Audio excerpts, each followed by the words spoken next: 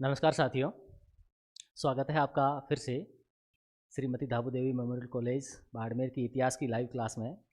आज हम BA second year के प्रथम प्रश्न पत्र का चैप्टर प्रथम, जिसमें मध्यकालीन भारतीय इतिहास को के स्रोतों के बारे में है, उन पर चर्चा करेंगे, उनका विस्तृत अध्ययन करेंगे।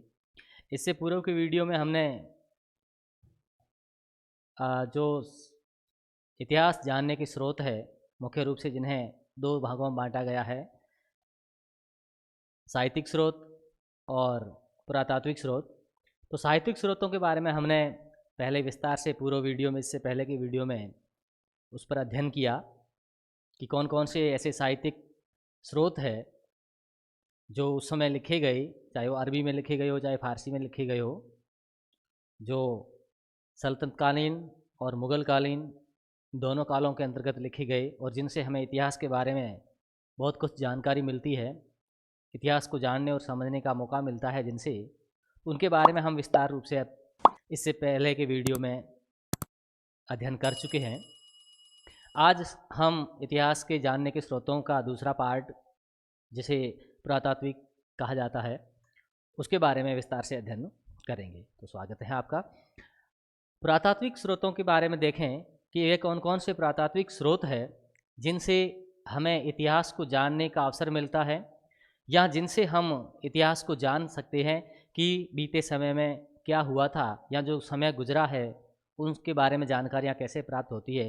तो पुरातात्विक स्रोतों में मुख्य रूप से हम इनको चार भागों में बांट सकते हैं, या मुख्य रूप से इसे हम चार पार्ट कह सकते हैं इसके पुरातात्विक स्रोतों के अंतर्गत, जिसमें से पहला है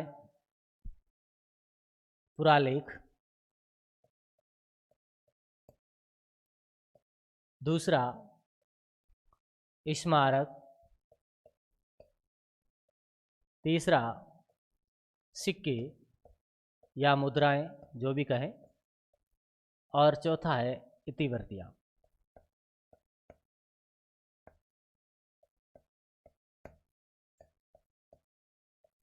मुख्य रूप से पुरातात्विक स्रोतों के अंतर्गत इन चार से हम इतिहास को जान सकते हैं, इतिहास को समझ सकते हैं, जिनसे इतिहास की जानकारियाँ प्राप्त होती है कि पहले समय में क्या हुआ था, क्या नहीं हुआ था। जहाँ साहित्य मौन हो जाता है, जहाँ साहित्य कुछ नहीं बता पाता है, साहित्य में जहाँ उल्लेख नहीं हो पाता है, तो उससे आगे का विवरण जो है हमें इन चीज़ों से प्राप्त होता है, जिसमें से प्रमुख रूप से पुरालेख, स्मारक, सिक्के और इतिवृत्तियाँ। पुरालेख वे लेख जिन्हें उस समय लिखा गया, चाहे वो दान पत्र हो या कोई स्मृति चिन्ह हो या कोई स्तंभ लेख हो, जिनसे जो है हमें इतिहास के बारे में जानकारियाँ प्राप्त होती है। जैसे पावली बालम का जो लेख है, जिस पर दिल्ली का नाम दिल्ली लिखा हुआ है, तो उससे इस प्रकार की जानकारियाँ प्राप्त होती है। जो जितने भी पुरालेख मिले हैं या जितने भी पुरालेख हैं, उनसे इतिहास को जानने और समझने का मौका मिलता है, अवसर प्राप्त होता है। मुख्य रूप से इसके आते हैं स्मारक, जो उस काल में बनाए गए, जिनसे हमें इतिहास के बारे में जानकारियाँ प्राप्त होती है, इतिहास को जानने का अवसर प्राप्त होता है।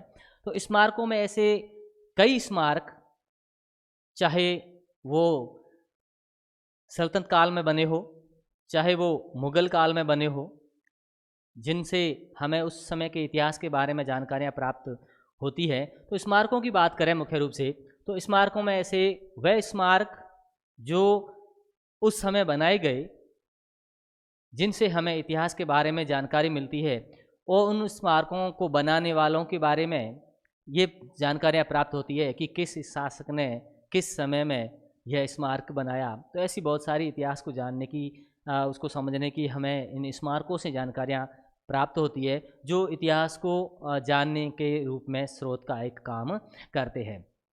स्थापत्य की बात करें तो इसे हम दो भागों में बांट सकते हैं, एक सल्तनत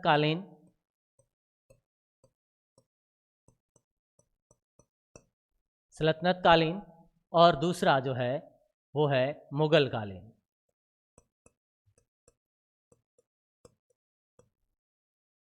सल्तनत कालीन और मुगल कालीन। यानी जो सल्तनत कालीन जो जिसे हम 1206 के बाद जब कुतुबुद्दीन ऐबक को गोरी ने यहाँ का प्रशासक नियुक्त किया, उससे बाद जिसे गुलाम वंश भी कहा जाता है, मामलुक वंश भी कहा जाता है, कि शासक ने जो मुख्य रूप से दिल्ली पर 5 वंशों ने शासन किया था, लेकिन प्रथम जो है गुलाम वंश कहा जाता है, जिसके संस्थापक कुतुबुद्दीन ऐबक को माना जाता है। तो 1206 से लेके बाद तक जो है चला वो सल्तनत काल कहलाया। उसके बाद 1526 में जब बाबर ने इब्राहिम लोदी को पानीपत के प्रथम युद्ध में पराजित किया, तो जो है और दिल्ली पर अधिकार कर लिया, तो उसके बाद जो है मुगल काल प्रारंभ होता है। बाबर को मुगल का साम्राज्य का संस्थापक माना जाता है। तो इस समय से सल्तनत काल से लेके मुगल काल तक इसके अंतर्गत जितने भी शासक हुए, तो उन्होंने कुछ न कुछ ऐसी स्मारक ऐसे बनाए, चाहे वो किला हो या मस्जिद हो या कुछ और, जिनसे जो है हमें इतिहास के बारे में बहुत कुछ जानने का अवसर प्राप्त होता है। उस समय उन स्मारकों को किसने बनाया, उसमें क्या क्या हुआ, तो ये सारी चीज़ें जो है इन स्मारकों से प्राप्त होती है। बात स्थापत्य कला की करें तो सल्तनत काल में जो स्थापत्य था, इसे जॉन मार्शल ने हिंदू इस्लामी शैली कहा है। जॉन मार्शल जो विद्वान हुए, उन्होंने इस स्थापत्य कला को, जो सल्तनत काल का स्थापत्य कला था, उसे हिंदू इस्लामिक शैली कहा है।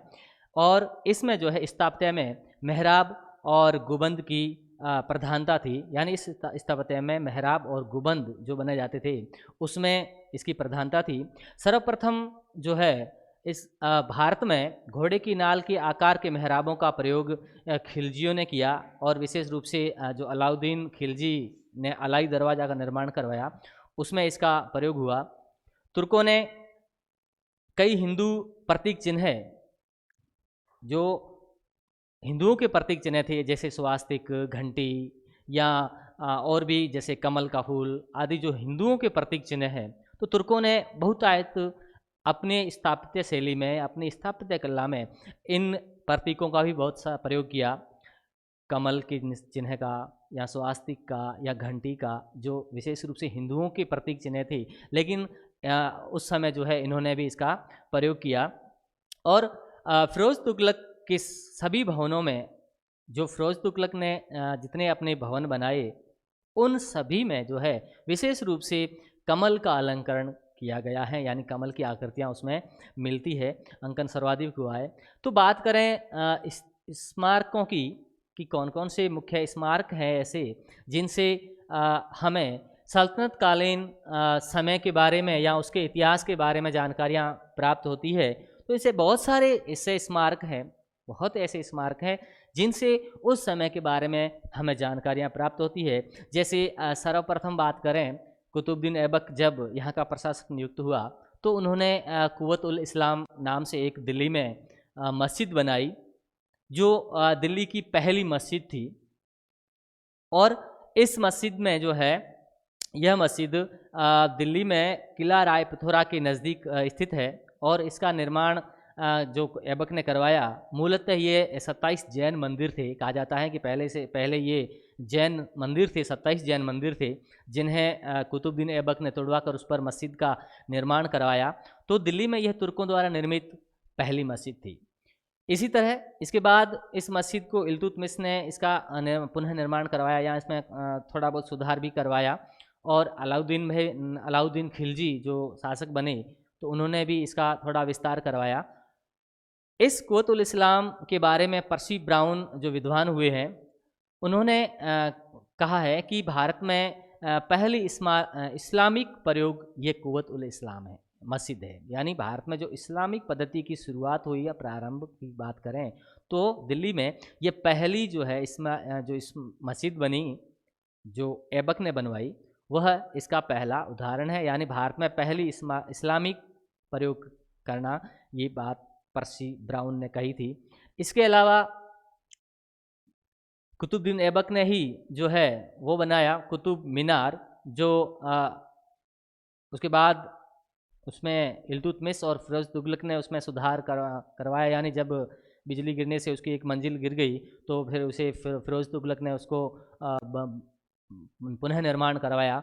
तो इसकी शुरुआत कुतुबुद्दीन ऐबक ने की, कुतुब मीनार निर्माण की, लेकिन इसे इल्तुतमिश ने इसे पूरा किया। और उसके बाद जब बिजली गिरने से, कहा जाता है कि बिजली गिरने से उसके ऊपर की मंजिल एक जब गिर गई, तो जो है उसका पुनः निर्माण जो है फिरोज शाह तुगलक ने अपने समय में करवाया। इसी तरह आगे की बात करें इस स्मारकों के अंतर्गत ही, तो 2.5 दिन का झोंपड़ा जिसका निर्माण ऐबक ने करवाया, कुतुबुद्दीन ऐबक ने करवाया।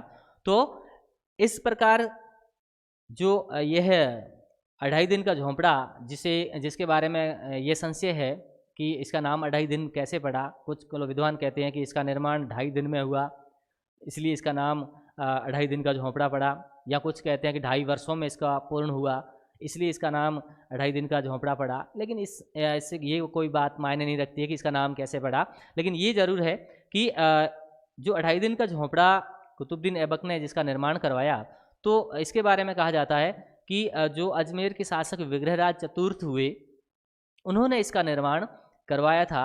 और पहले ये संस्कृत विद्यालय था, और उसके बाद जो है इसको तुड़वाकर कुतुबुद्दीन ऐबक ने 2.5 दिन झोंपड़े का निर्माण करवाया।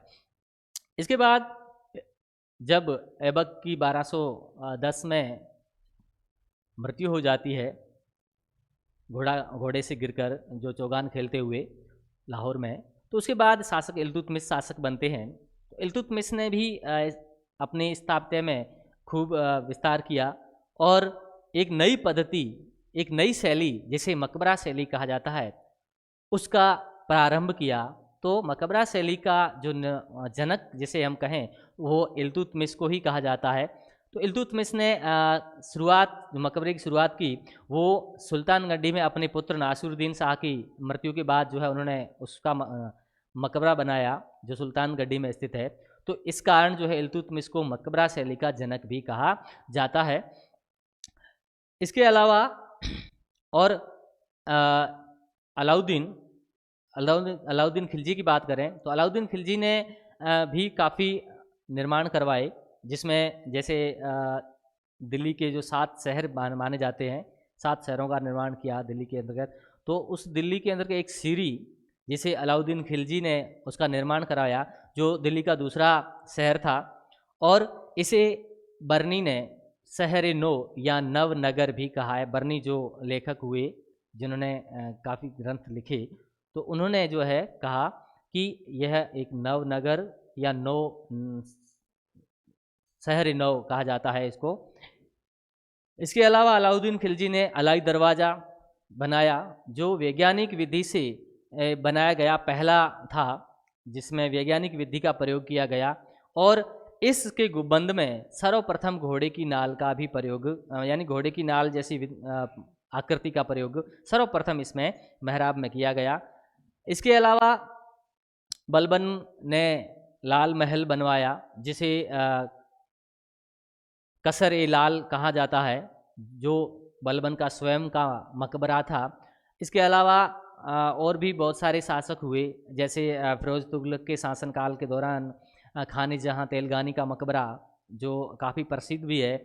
और इसमें फिरोज तुगलक के वजीर जो खाने जहाँ थे, उसके पुत्र खाने जहाँ तेलगानी के पुत्र जूना शाह ने इसका निर्माण करवाया।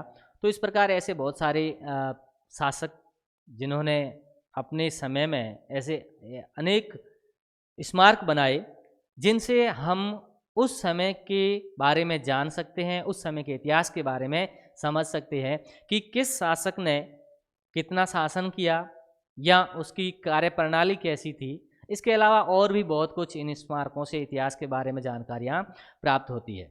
तो ये तो थी सल्तनत कालीन स्मारकों के बारे में कि सल्तनत काल में कौन कौन से ऐसे स्मारक हैं जिनसे हमें इतिहास के बारे में जानने का अवसर प्राप्त होता है, या जिनसे हम इतिहास को जान सकते हैं, जो इतिहास को जानने का स्रोत के रूप में कार्य करते हैं। तो सल्तनत कालीन में ये इस पर स्थापित है। उसके बाद बात करें मुग़ल कालीन की, कि मुग़ल काल में कौन कौन से ऐसे स्मारक है बने जिनसे जो है मुग़ल काल के बारे में जानकारियाँ प्राप्त होती है। तो मुग़ल काल के बारे में जो है विशेष रूप से जो शाहजहाँ का शासनकाल है, जिसे स्वर्ण युग भी कहा जाता है, उसके समय में बहुत सारे ऐसे स्मारक बने, जिनसे हमें इतिहास के बारे में जानकारी प्राप्त होती है या उस समय के बारे में जानकारियाँ, मुगल काल के बारे में जानकारियाँ प्राप्त होती है।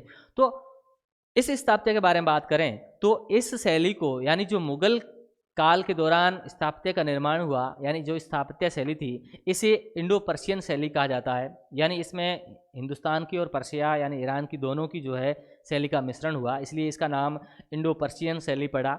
तो मुगल काल के दौरान ऐसे बहुत सारे स्मारक बने जिससे जो है हमें उसके बारे में जानकारियाँ प्राप्त होती है या इतिहास को जानने का अवसर प्राप्त होता है कि उस समय क्या हुआ था या किसने इसका निर्माण कराया। बात करें इतिहास स्थापत्य की तो सबसे पहले जैसे हुमायूं का मकबरा।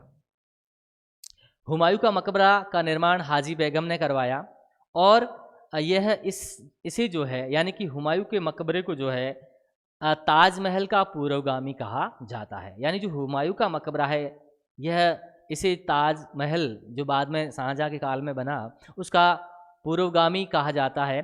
और इसके साथ साथ इसके बारे में ये भी कहा जाता है कि यह एक वफादार बीवी की महबूबाना पेशकश भी है। यानी इस हुमायूं के मकबरे में जो उसकी पत्नी हाजी बेगम ने बनाया उसके बारे में कहा जाता है कि एक वफादार बीवी की महबूबाना पेशकश है। यानी ये जो हुमायूं का मकबरा है जो एक महबूबा की निशानी के तौर पर है। और इसकी खास विशेषता ये है, यानी जो हुमायूं का मकबरा है उसकी खास विशेषता ये है कि यह मकबरा चार बाग पद्धति से निर्मित प्रथम स्मारक है। चार बाग पद्धति से निर्मित यह इस जो हुमायूं का मकबरा है यह प्रथम स्मारक है जिसमें चार बाग पद्धति का प्रयोग किया गया। और इसके साथ साथ इसकी विशेषता ये है कि इसका दोहरा गुंबद है और दोहरे गुंबद से निर्मित होने वाला मुगल काल में यह प्रथम मकबरा है जो जिसमें दोहरे गुंबद है, यानी दो गुंबद है। और इसके बाद विशेष इसमें एक और बात, जब 1857 की क्रांति हुई, जब अंग्रेजों के विरोध में भारत में क्रांति जो जिसे प्रथम स्वतंत्रता संग्राम कहा जाता है या आंदोलन कहा जाता है, तो उसके दौरान जब दिल्ली पर क्रांतिकारियों ने अधिकार कर लिया और बहादुर शाह जफर द्वितीय को अपना शासक घोषित कर दिया, तो यही बहादुर शाह जफर जब दिल्ली पर पुनः अंग्रेजों ने अधिकार किया तब इस बहादुर शाह जफर को जो है इसी हुमायूं के मकबरे से ही पकड़ा गया था, उसे गिरफ्तार किया गया था और उसको बाद में जो है रंगून भेज दिया गया और वहीं पर जो है उनकी मृत्यु हो गई।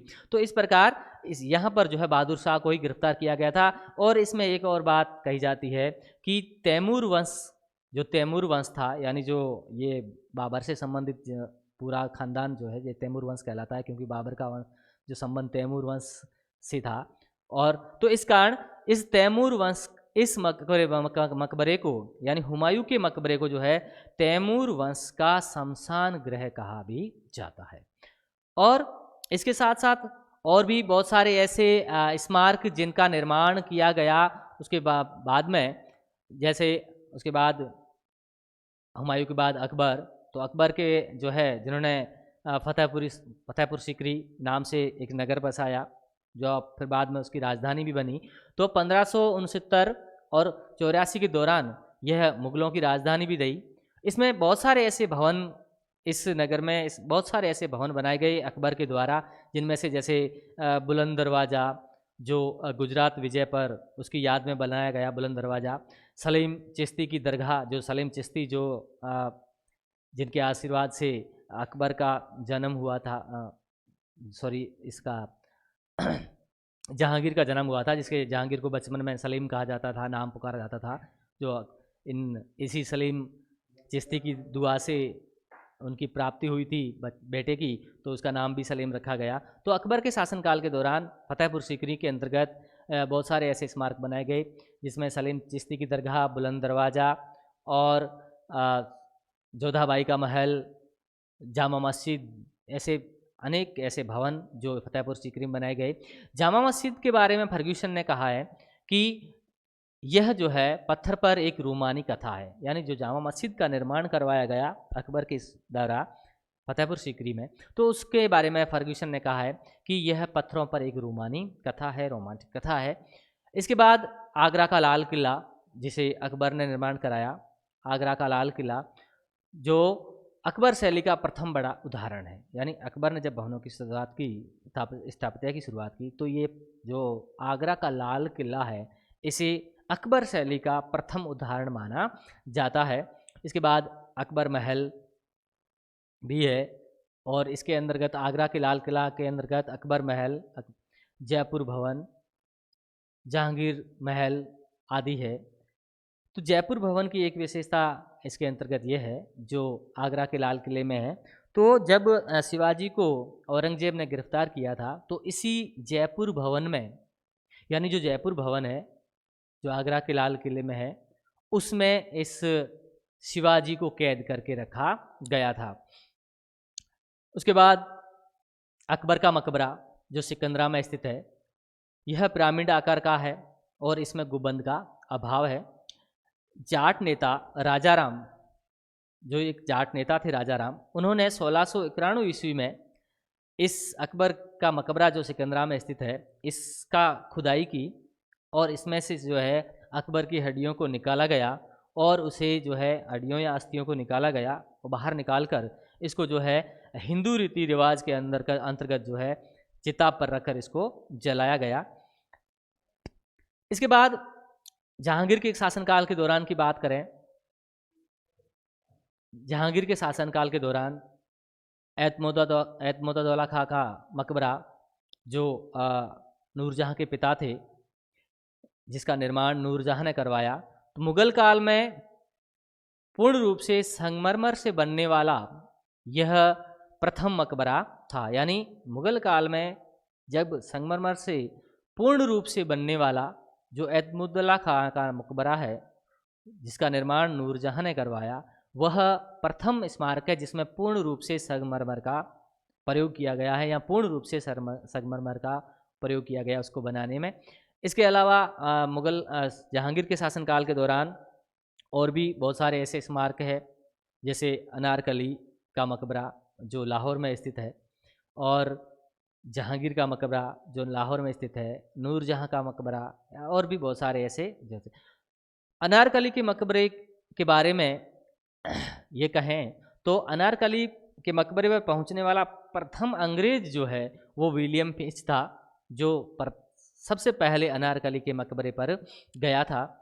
और इस पर लिखा है, अनारकली के मकबरे पर कुछ पंक्तियाँ अंकित की गई है, कुछ पंक्तियाँ लिखी गई है। इस पर लिखा है, जो जहांगीर ने कहा था, उसके बारे में कहा था कि यदि मैं अपनी प्रेसी का चेहरा, प्रेसी यानी प्रेमिका, यदि मैं अपनी प्रेसी यानी प्रेमिका का चेहरा एक बार पुनः देख लेता या देख पाता, तो कयामत के दिन मैं अल्लाह को धन्यवाद देता। यानी अनारकली से बहुत प्रेम करते थे सलीम, तो उन्होंने अपनी प्रेम व्यथा को उजागर करते हुए ये लिखा था कि अगर मैं अपनी प्रेमिका को एक बार पुनः उसके दीदार कर लेता या उससे देख लेता, तो कयामत के दिन, कयामत यानी जो आखिरी दिन होता है, उस दिन जो है मैं अल्लाह को धन्यवाद देता।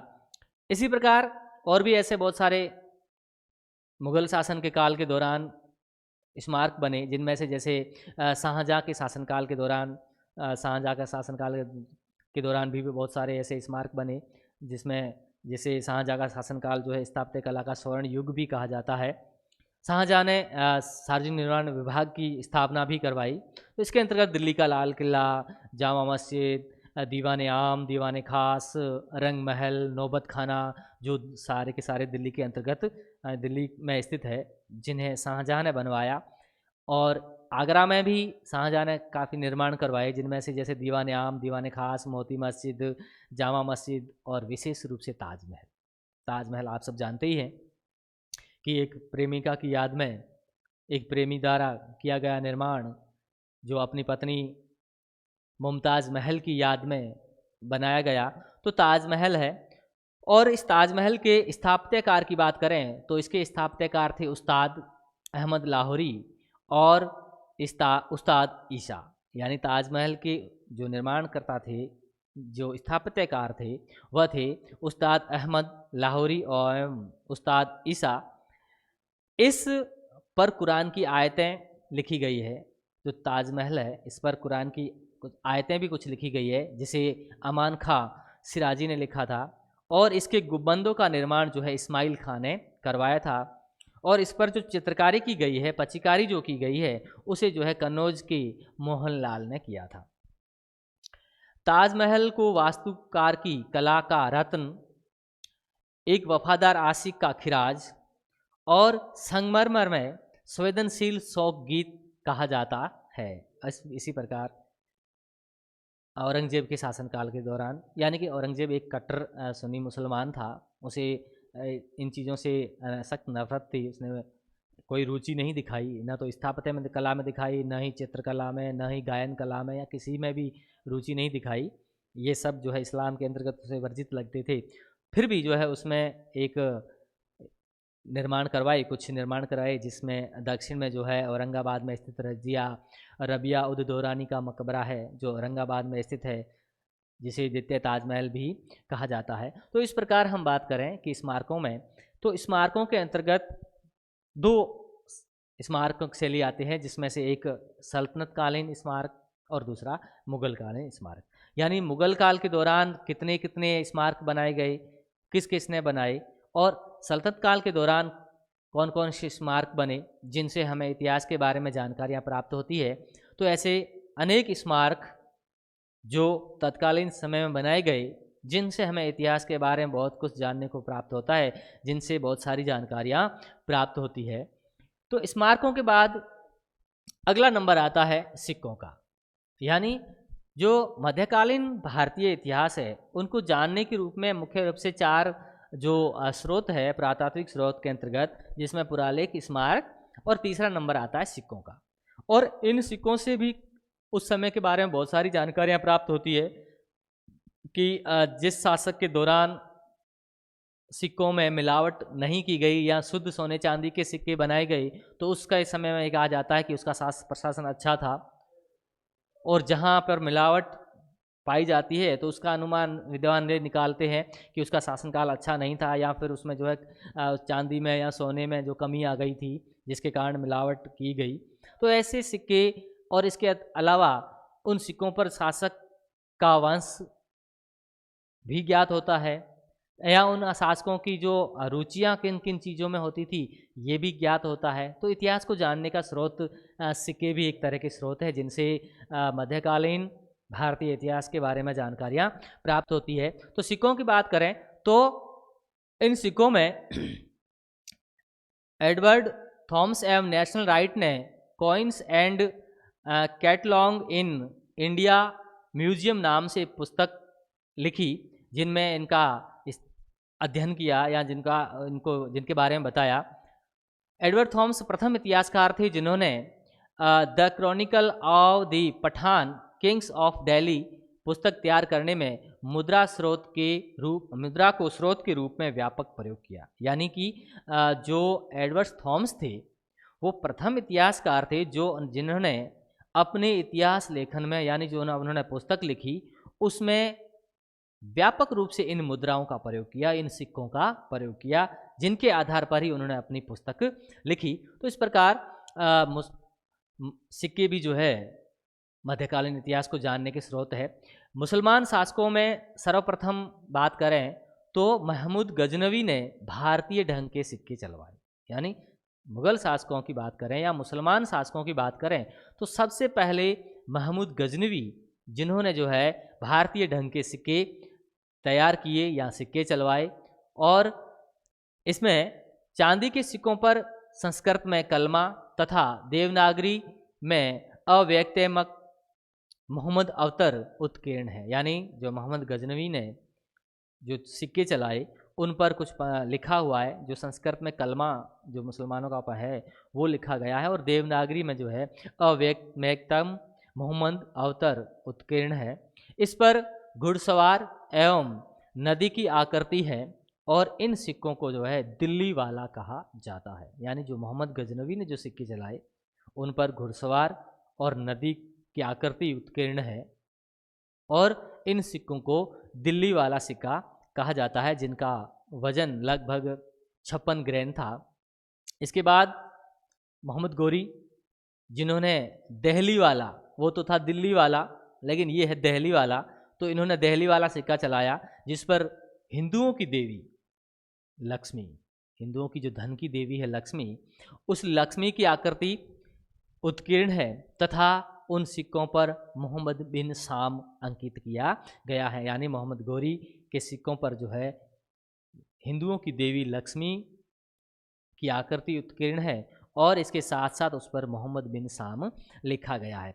इसके अलावा इल्तुतमिश, जिन्होंने भी सिक्के चलवाए, और सबसे पहले शुद्ध अरबी सिक्कों की बात करें, शुद्ध अरबी सिक्कों की, तो सबसे पहले सर्वप्रथम इल्तुतमिश ने ही सर्वप्रथम शुद्ध अरबी सिक्के चलाए थे। इल्तुतमिश ने चांदी का टक्का जो 175 ग्रैन का होता था वो चलवाया और तांबे का जीतल चलवाया, और इसके साथ साथ एक नई परंपरा इल्तुतमिश ने विकसित की। वह परंपरा यह थी कि इससे पूर्व जितने भी सिक्के बनवाए गए वहाँ पर उस शहर का नाम अंकित नहीं होता था जहाँ पे ये सिक्के ढाले गए या सिक्के बनाए गए, लेकिन एक इल्तुतमिश ने नई परंपरा की शुरुआत करते हुए इन सिक्कों पर उस शहर का नाम भी खुदवाया, लिखवाया जहाँ पर ये ढाले गए थे या जहाँ पर सिक्कों का निर्माण किया गया था, सिक्कों को बनाया गया था। तो एक नई परंपरा, सिक्कों पर उस टकसाल का नाम या उस शहर का नाम लिखने की परंपरा जो है इल्तुतमिश ने शुरू की। रजिया सुल्तान जो बहुत कम समय के लिए शासिका बनी और पहली महिला शासिका उस समय की, उसने भी कुछ सिक्के चलाए और उनके सिक्कों पर जो है उनकी उपाधि उम्दत उल निस्वा उत्कीर्ण है। रजिया सुल्तान जिनकी उपाधि जो है वह उम्दत उल निस्वा थी, वह उनके सिक्कों पर मिलती है। बलबन ने भी सोने का टक्का चलाया और हजरत दिल्ली नाम से चलवाया। अलाउद्दीन खिलजी, जो खिलजी शासक, दूसरे शासक, जो अपने चाचा की हत्या करके जो शासक बने अलाउद्दीन खिलजी, तो उन्होंने भी कुछ सिक्के चलवाए जिसमें से यगनी जिसे इगनी कहा जाता था, दुगनी जिसे दुगनी कहा जाता था, वो चलवाए। उसके बाद तुगलक शासकों में गयासुद्दीन तुगलक, जिन्होंने जो है सिक्के चलवाए और इनके सिक्कों पर मुल्के तिलगाना अंकित है। यानी जो गयासुद्दीन तुगलक जो शासक थे उन्होंने सिक्के चलवाए और उनके सिक्कों पर जो है मुल्के तिलगानी अंकित मिलता है। इसके बाद मोहम्मद बिन तुगलक, जिन्होंने भी सांकेतिक मुद्रा भी चलाई थी, क्योंकि कई कारण बताते हैं विद्वान की किस वजह से, किस कारण। कुछ मानते हैं कि ये पागल शासक था, इसकी नीतियाँ ऐसी थी, इससे पागलपन के अंश थे, ऐसा कुछ विद्वानों का मानना है। लेकिन कुछ भी हो, तो उन्होंने भी अपने सिक्के चलाए और उन सिक्कों में से जो है विशेष रूप से मोहम्मद बिन तुगलक में विरोधाभासी लक्षण दिखाई देते हैं। इनकी योजनाएं जितनी भी चलाई, चाहे वो दोआब में कर वर्दी हो या राजधानी परिवर्तन हो या सांकेतिक मुद्रा हो या फिर दक्षिण अभियान, जो भी है, सारी की सारी योजना इसकी फेल हो गई और इस कारण जो है कुछ लोग इनको पागल भी कहते हैं, पागल शासक के रूप में माने जाते हैं मोहम्मद बिन तुगलक। तो लेकिन एक बात और है कि इसे मुद्रा शास्त्री भी कहा जाता है, क्योंकि एक नया प्रयोग मोहम्मद बिन तुगलक ने ही किया था सांकेतिक मुद्रा चलाकर, तो इसे मुद्रा शास्त्री भी कहा जाता है। और इनके सिक्कों पर तख्तगाह-ए दिल्ली अंकित है तथा तख्तगाह-ए दौलताबाद का अंकन किया गया है। यानी तख्तगाह-ए दिल्ली और तख्तगाह-ए दौलताबाद आदि का अंकन इनके सिक्कों पर किया गया है। इन्होंने 1330 ईस्वी में एक नया प्रयोग किया और सांकेतिक मुद्रा का प्रचलन किया। हालांकि ये योजना भी इनकी फेल हो गई, चली नहीं। इन्होंने, मोहम्मद बिन तुगलक ने सोने की दीनार जो 200 ग्रैन की, चांदी की अदली जो 140 या 144 ग्रैन के आसपास थी चलवाई और सिक्कों पर जिले लाहा, ईश्वर की इच्छा का आकांक्षी आदि अंकित कराया। बाद में लोधी शासन, लोधी काल के दौरान बहलोल लोधी, जिन्होंने बहलोली सिक्के चलवाए और इसमें जो है ये सिक्के, बहलोली सिक्के जो है अकबर के समय तक जारी रहे। यानी इनकी जो मुद्रा थी जो बहलोल लोधी ने चलवाई, वह उस समय लोधी शासन काल के दौरान और फिर मुगल काल तक, यानी अकबर के शासनकाल तक जो है इसकी मुद्राएं, जो जिसे बहलोली कहा जाता था, चलती रही। तो इस प्रकार ऐसे बहुत सारे सिक्के जो इन्होंने चलाए, जिनसे उस समय के इतिहास को जानने में हमें जानकारियाँ प्राप्त होती है। तो ये तो थे सल्तनत कालीन सिक्के, जिनके बारे में हमें जानकारियाँ प्राप्त होती है कि कौन कौन से सिक्के थे जिनसे जो है हमें उस समय के इतिहास के बारे में जानकारियाँ प्राप्त होती है। इसके बाद बात करें मुग़ल काल के दौरान, कि मुग़ल काल के दौरान कौन कौन से शासकों ने कौन कौन से सिक्के चलवाए, जिनसे मुग़ल शासन की व्यवस्था की या मुग़ल प्रशासन के बारे में जानकारियाँ प्राप्त होती है, जो इतिहास को जानने समझने के स्रोत का रूप में काम करते हैं। तो इनके बारे में कहें तो इनकी जो टकसाल होती थी, यानी जहाँ पर मुद्रा का निर्माण किया जाता था या मुद्रा को ढाला जाता था, तो उस टकसाल का अधिकारी मुग़ल काल के दौरान दरोगा कहलाता था। और सर्वाधिक टकसालों की संख्या औरंगजेब के समय में थी, यानी सबसे ज़्यादा जो टकसालें थी वह औरंगजेब के काल में ही बनी या उसमें ही ज़्यादा बनाई गई सिक्कों का। तो बात करें मुग़ल कालीन सिक्कों के बारे में, तो सबसे पहले नंबर आता है बाबर का, जिन्होंने जो है मुग़ल शासन की स्थापना की। इसके बारे में बात करें तो बाबर ने जो सिक्के चलवाए उन्हें जिसे चांदी के शाहरुख, बाबरी एवं काबुली, इन 3 नाम से जो है इन्होंने सिक्के चलवाए। जो शाहरुख सिक्का था वो चांदी का था, उसके बाद बाबरी और काबुली। अकबर कालीन सिक्कों के दौरान अकबर ने भी बहुत सारी मुद्राएं चलाई, कुछ चांदी की। तो अकबर ने जो है सर्वप्रथम मुग़ल काल में स्वर्ण सिक्के चलाए। स्वर्ण सिक्के चलाने का श्रेय अकबर को ही जाता है। और इनके सिक्कों पर साल हजारी यानी इस्लाम की मोहर लगाई गई है। मुद्राओं पर सूर्य और चंद्रमा का अंकन, यानी कि उनकी महिमा के बखान करने वाले पद अंकित किए गए हैं। और इसके साथ साथ मुद्राओं पर सूर्य तथा पृथ्वी तथा आकाश को दर्शाया गया है। सर्वप्रथम आकृति युक्त सिक्कों का निर्माण अकबर ने ही करवाया था। और एक और विशेषता अकबर के सिक्कों की कि उस पर जो है सीताराम सिक्के जो है उन पर धनुर्धारी श्री राम और सिया का अंकन किया गया है, सीता की आकृति है। इनके स्वर्ण सिक्कों में, यानी अकबर के स्वर्ण सिक्कों में मुहर, एक मुहर 9 रुपया के बराबर होती थी। संसब जो सबसे बड़ा सोने का सिक्का होता था, इलाही जो 10 रुपये के मूल्य के बराबर होता था, और जलाली जो चांदी का सिक्का था। तांबे के दाम, अधेला, पावला, दमड़ी आदि चलवाए। जहांगीर ने निसार चांदी के सिक्कों पर राशि चक्र, उसका एवं नूरजहाँ का अंकन, और इसके साथ साथ जहाँ एक सिक्कों पर कुछ सिक्कों पर जो है जहांगीर को शराब का प्याला लिए हुए और नूरजहाँ को आधे घूंघट में दिखाया गया है, अंकन किया गया है। और इसके बाद शाहजहाँ के शासनकाल की बात करें तो शाहजहाँ ने दाम एवं रुपया के बीच तांबे का आना चलवाया। 1 रुपया 16 आना के बराबर होता था। औरंगजेब के शासनकाल के दौरान सबसे ज़्यादा टकसालें थी, और सबसे ज़्यादा रुपयों की ढलाई जो है औरंगजेब के शासनकाल के दौरान ही हुई। इनके सिक्कों पर कलमा एवं 4 खलीफाओं का नाम जो पूर्व में लिखा जाता था, लेकिन औरंगजेब ने उनका लेखन बंद करवा दिया, यानी खलीफाओं का नाम लिखना और कलमा खुदवाना जो है बंद करवा दिया। इसके बाद बात करें, चौथा नंबर आता है इतिवर्तियों का। तो इतिवर्तियों में भी जो है बहुत सारी जानकारियाँ प्राप्त होती है, जिनसे उस समय के बारे में जानकारियाँ प्राप्त होती है, जो इतिहास का स्रोत के रूप में कार्य करती है। इतिवर्तियों में अरबों के अंसाब यानी वंशावलियाँ, सीरत यानी हजरत मोहम्मद साहब के जीवन से जुड़े हुए वृतांत, मगाजी जो युद्धों के वृतांत है, तबकात जो सामान्य इतिहास ग्रंथ है, इनसे जानकारियाँ प्राप्त होती है। इसके अलावा और भी बहुत सारे ऐसे, जैसे मराठों के बखार, राजपूताने के ख्याल एवं विगत, असम के बुरंजी। तो इस प्रकार की इतिवर्तियाँ जो लिखी गई, जिनसे भी इतिहास को जानने और समझने का अवसर प्राप्त होता है, जिनसे हम उस समय के इतिहास के बारे में जानकारी प्राप्त कर सकते हैं। तो इस प्रकार हमने इतिहास इन स्रोतों के अंतर्गत 4 प्रकार के स्रोत पढ़े, जो पुरातात्विक स्रोत के अंतर्गत पुरालेख यानी जो प्राचीन काल में लेख लिखे गए, चाहे वो स्तंभ लेख हो, चाहे वो दान पत्र हो, ताम्र पत्र हो, जो भी हो, उन पे लिखे गए लेख।